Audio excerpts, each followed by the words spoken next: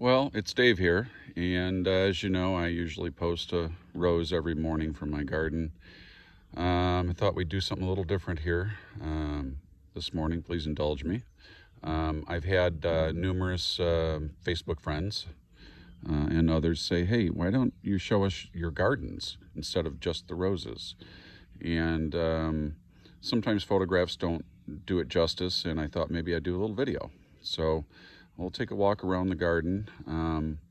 Some of the garden is at its peak. Some of it is beyond its peak, where some of the tea roses, which were blooming so prolifically a week or two ago, have kind of settled down a little bit for their summer run. But you'll get a feel for what I've been doing here. I've been gardening, pretty much most of my life. I really love it. And this year, of course, has been great because I'm retired now. I've been able to spend a little more time out here. But anyway, we start at the front of the house and we'll go to the back of the house. So here's the front. It's a bunch of grasses here that we put in. Those are my favorites. Those are called adagios. They kind of cascade. And, we've got some daylilies here. And so this is where we get to the front of the house. I know the sun's a little harsh on this, but if you see here, these red roses, these are all what we call landscape roses. And they're kind of like a climber, only they climb on the ground.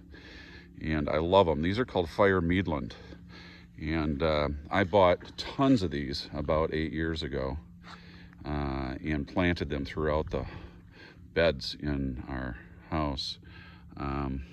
Len does the annuals. You can see some of the geraniums up there at the front. Probably the sun is blocking that out. We'll get closer there. But anyway, I got these fire meadlands all over the place. I just love them. And I let them go a little wild and bushy. Some people would prune them back a little more aggressively. But I just like how they lay around, like a blanket.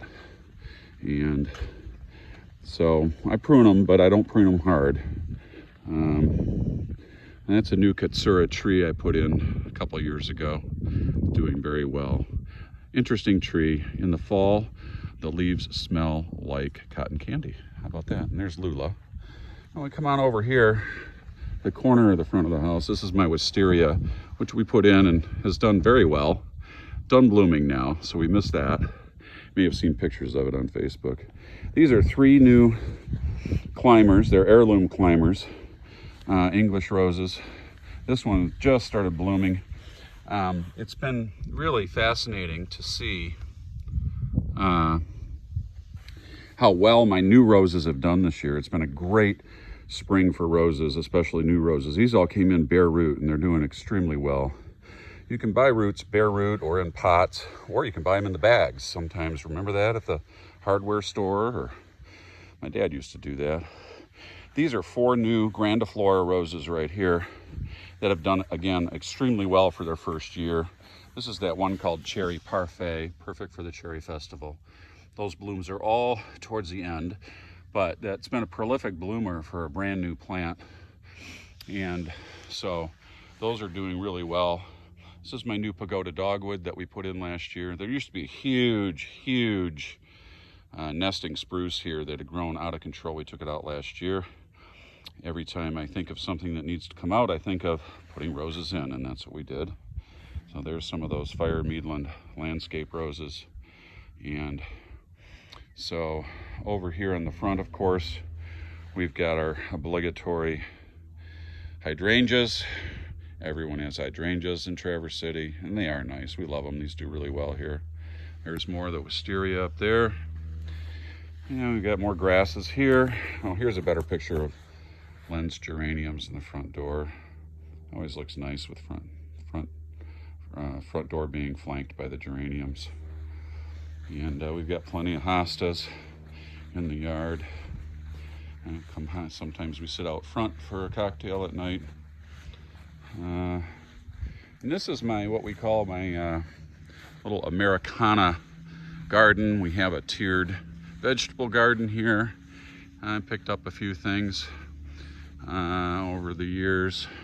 Got a nice old windmill that works. It's beautiful. I love it. It says 76 on it, if you see that. That's nice. It's the neighbor's house over there. They have a really nice home. This is a bench that we had given to my aunt when my mom died back in 1999. Then my aunt died and my cousin returned it to us, and it's been a nice bench in our garden. Nice to come up here and sit in the afternoon. This is some of the vegetable garden. Got some straggly looking cucumbers and herbs over here. We've got this wonderful mannequin made out of wire locally by a gentleman down the street. It was in his yard and I asked him about it and we cut a deal. And I use it to grow peas. And you can see they're doing extremely well right now. This is our squash down here, getting a slow start this year. More squash over here, getting a slow start. Lots of garlic around. We keep growing garlic. We use it all. We got celery and some more lettuce here. And then these are rugosa roses. Kind of had their first big bloom. You can see some of the die off there. I'll probably prune some of that one of these days. And these are kind of a wild rose that do extremely well without a lot of care. And they do bloom through the summer. Like I said, I'll probably have to prune back and deadhead some of those. Just haven't gotten around to it. But they've done extremely well. This is only their second year there, so it's nice to have those old roses. So we'll swing back around the front yard here. And well, this is a Japanese maple of sorts that we put in 5 or 6 years ago. And it's not the most beautiful tree in the summer, but it is spectacular in the fall. It turns just a fluorescent orange color in the fall, and we love it. So we're gonna kind of scurry around here to the other side of the house and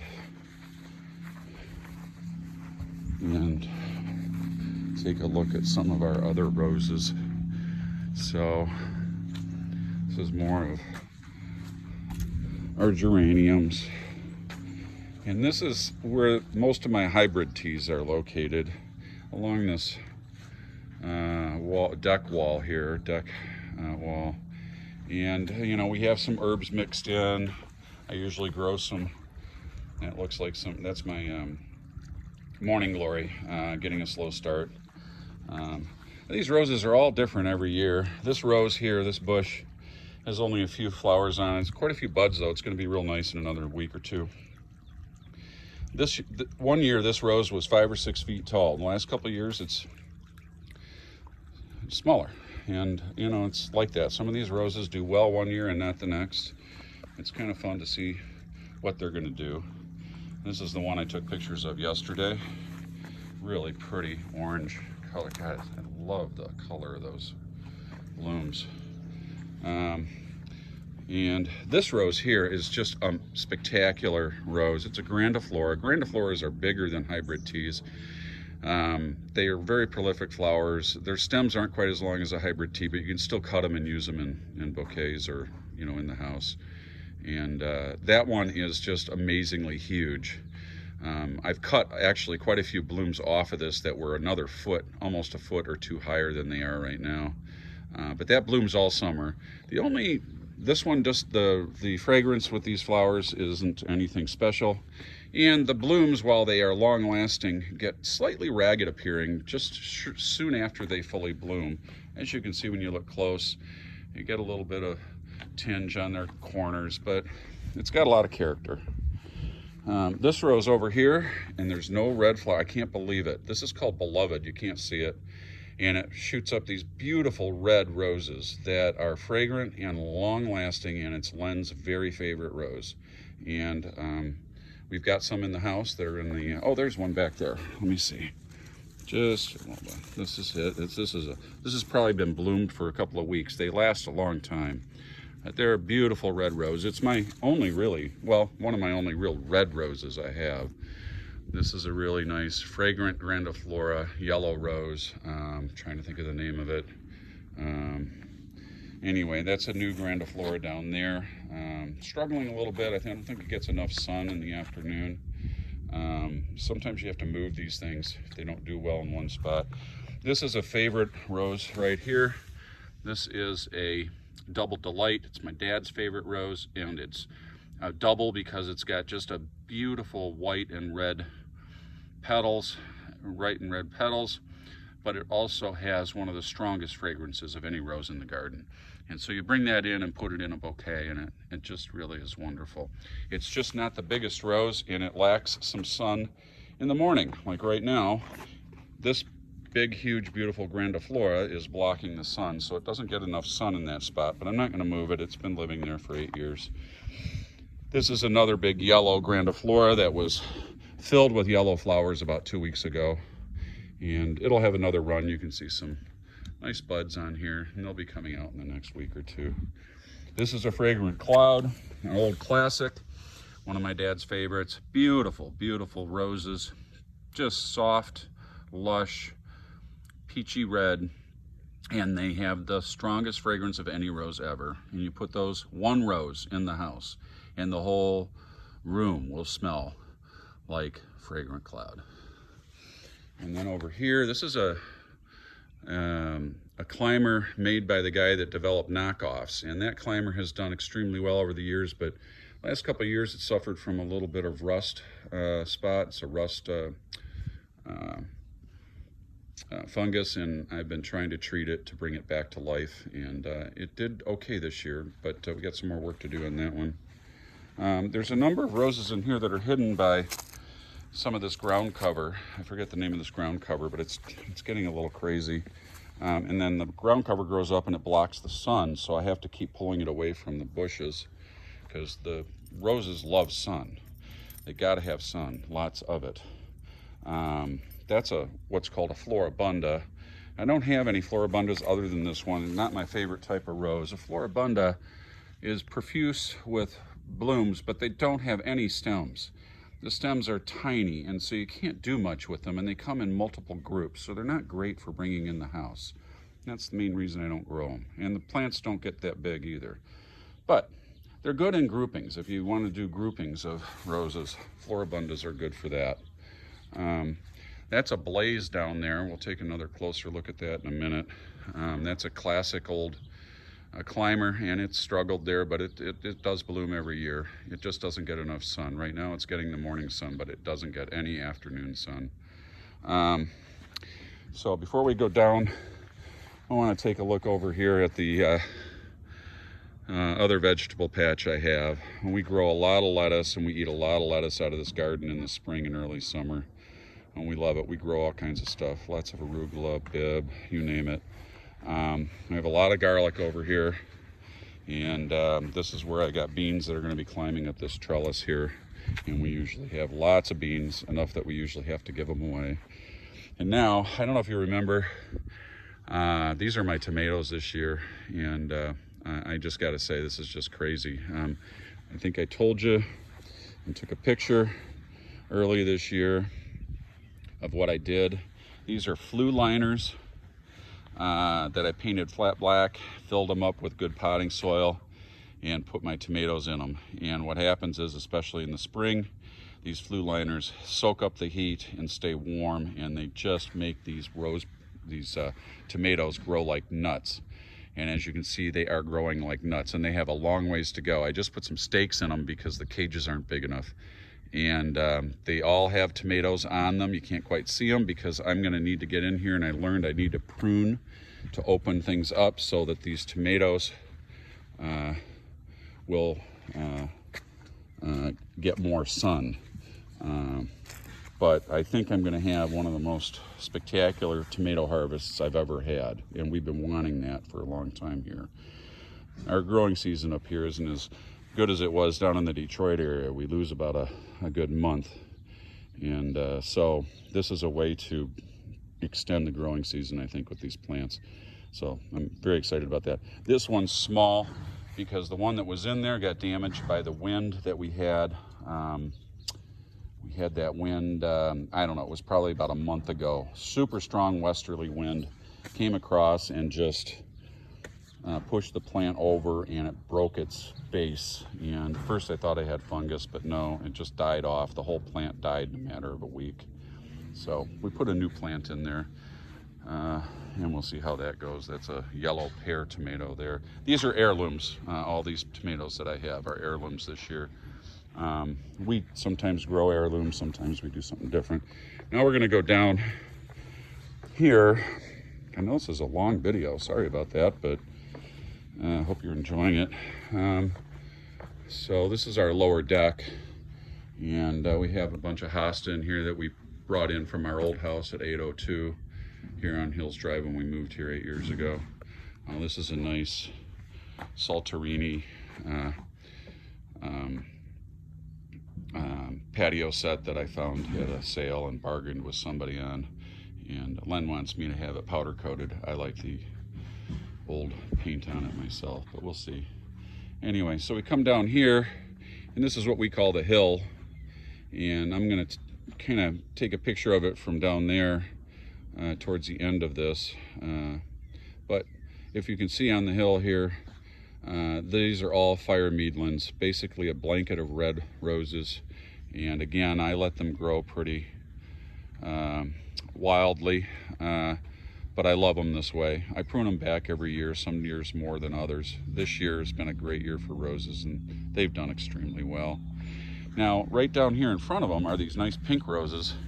And this is, again, a bunch of roses I put in this year, bare root, and they are doing extremely well. And the bushes don't look super full, but I can't believe how many blooms I've gotten on them. This is called Bonica. It's a shrub rose. And so these should grow taller than the red roses. So when you're down on the road and look up, these should rise above these red roses and give us a nice border up here of pink. Now I have some Bonica over on the side over here, and these were planted about 5 years ago, and you can see how nice they are.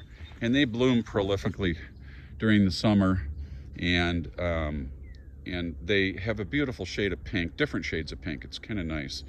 So I really fell in love with these roses, so I thought I'd get some more of them. Now we got some grasses, and I got hosta over there, and these are some of these pink ones here. And then this is our other patio area where we do a little fire pit stuff. And this is a vintage patio set I bought a number of years ago from a resale outlet that we really like, kind of low profile. So over here are some of my best climbers, and you may remember a picture of this climber when it was in full bloom about 2-3 weeks ago. And blooms are fading now, as you can see, but it does bloom through the summer, which is nice, but just not as well as it does in the spring. That's called Dortmund. It's an old heirloom rose, and it's done extremely well. I almost want to get another one of those somewhere. And over here, these roses are doing well. These are two different climbers. One is called John Cabot, and the other is called John Davis, I think. And those are heirloom climbers. And the solid one is I think the John Davis, and the one with the white center is the John Cabot. So anyway, those have been really nice. I really like them. They grow tall, as you can see, up onto the deck. And over here, just below, I planted a couple of roses from Savannah, noisettes they're called. And my great aunt brought these to my attention when she was over and saw my roses. And actually, not Savannah, Charleston. They're from Charleston. They're famous in Charleston. And I planted them this spring, and this is an early year. They're a shrub rose that grows extremely tall, so I put them in here between the climbers. We'll see how they do. Right now they're blocked by the sun because of these old irises, which I should cut back. But anyway, that'll be fun to see what happens to those over the next couple of years. And then, more of my adagio grasses here, which I love. Let's see what else we got. Oh, so I was going to take you down the steps here and wrap this up, okay? Lots of daylilies. We love our daylilies. They're easy to take care of. They add a nice splash of color all summer. Again, these are hostas that we transplanted from our old house. And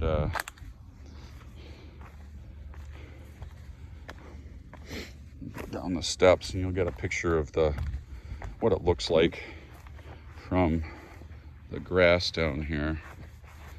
And so this is the back side of our house, but it's the side most people see because the front side's on a private drive. And so you can look over there. There's more adagio grasses over there. I got an old rose that was here, climber tucked in there. That was here when we moved in, and I kind of cut the lilac and that pine away from it so it gets sun. Oh, here comes Lula. That's our beautiful Lula. So now you can see the blanket of red roses and the splash of the daylilies. And boy, you can actually see some of those pink ones up top a little bit. So give that a couple years and you'll see a big row of pink ones. So there you have it. And there's our fox. We fake the drivers that come by with our little fox here. People stop, take pictures, thinking it's real. He does kind of look real, doesn't he? Anyway, there you have it. Well, thank you. I hope you all have a nice day. And thanks for liking my roses, because I like posting them. It's fun. And I feel lucky to be able to share this with everyone. Bye now.